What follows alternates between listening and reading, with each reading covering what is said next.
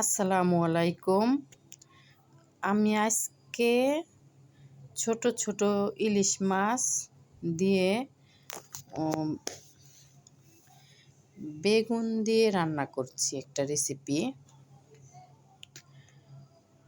তাই আপনাদের সাথে একটু শেয়ার করি। এখন তো আবার এই সিজনে ইলিশ মাছ তো মনে করেন অনেক দাম। প্রথমে আমি বেগুনটা একটু হালকা ভাজা দিয়ে নিলাম।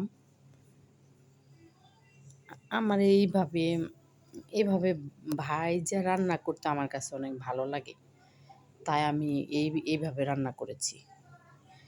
এখন এই পেঁয়াজ কুচিটা দিলাম।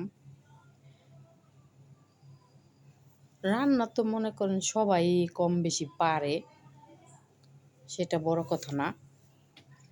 তারপরও যার যার একটা মনের একটা আছে যে কে কীভাবে পছন্দ করে রান্নাটা, তাই না? এখন পেঁয়াজটা একটু ভাজা ভাজা লাল বাদামি কালার হওয়ার পর আমি মশলা দিলাম, পরিমাণ মতো পানি দিলাম।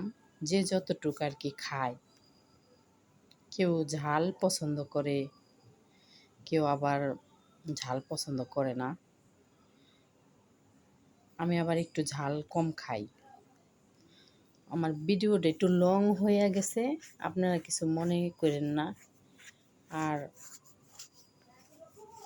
আমি ভিডিও বানাইতে পারি না তেমন, বুঝছেন, আমার কোনো অভিজ্ঞতা নাই, তাই আমি এমনি আর কি একটু চেষ্টা করলাম আর কি। পরে এই ইলিশ মাছ একটু সুন্দরভাবে একটু ওই যে আগে ভুনা কইরা উঠায় রাইখা তারপরে সবজিটা দিলে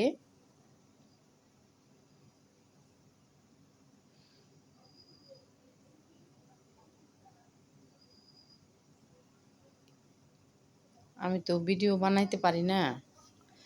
আর রান্নাও আর কি তেমন একটা প্রস্তুতি নিয়ে যে ভিডিও করুম সেভাবেও আমি একটা প্রস্তুতি নেই নাই। এমনি একটু ভিডিও করলাম, আমাকে দেখি কেমন লাগে, সবার সাথে একটু শেয়ার করি। কে কেমন রান্না খায় একটু একটু কমেন্ট করে জানাবেন।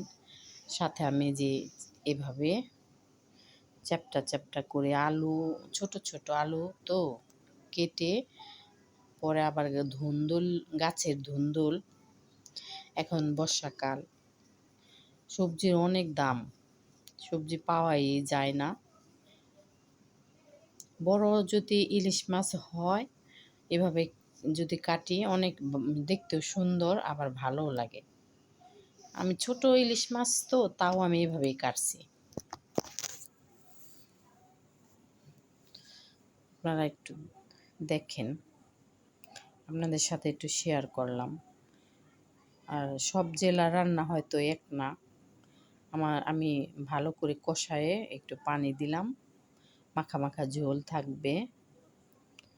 আমি একটু ভিডিওটা বানাইলাম, আপনারা প্লিজ একটু শেয়ার, কমেন্ট, সাবস্ক্রাইব করবেন। আমি একটু চেষ্টা করতেছি আর কি ভিডিও বানানোর জন্য, তাই কোনো রকম একটা ভিডিও বানিয়ে আমার তেমন অভিজ্ঞতা নেই, আমি আপনাদের কাছে একটু শেয়ার করলাম। মাছটা দিয়ে দিলাম, মাছটা আগে ভুনা করে রাখছি। এভাবে দিলে মাছটা আর কি ভাঙে না, তরকারিও সুন্দর হয়, মাছটাও ভাঙে না, এই কারণে আর কি এইভাবে দেওয়া। সবাই ভালো থাকবেন। আল্লাহ হাফেজ।